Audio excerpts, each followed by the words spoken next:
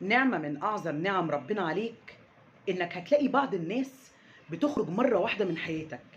مرة واحدة هتبص حواليك تفكر أنا عملت لهم إيه، مش هتفهم أي حاجة في وقتها. بس الحقيقة إن هم خرجوا نفسهم بنفسهم من حياتك، رحمة ليك من ربنا. هتلاقي بدون أي جهد أو مشقة منك هم بدأوا يخرجوا ويسيبوك لوحدك. ربنا زرع في قلوبهم عدم القبول ليك. وبصراحة ممكن يبان الموضوع غريب أو مؤلم ليك إنك تكتشف فيهم بعد ما اتعشمت إن هم بدأوا يبعدوا أو بدأوا يكرهوك بدون أي سبب. بس الحقيقة إن ظاهره شر وفي باطنه الخير والرحمة.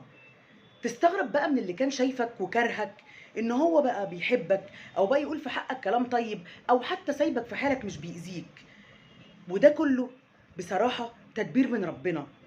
لما تكون شخص نقي وطيب وما بتأذيش حد وماشي في الخير وما بتقولش على حد كلام بالباطل وقلبك ما فيهوش غل ولا اذى لحد، تلاقي ربنا بيتولاك بدون اي جهد منك، بدون ما تحس هتلاقيه بيصرف عنك الشر وبيقرب منك الخير.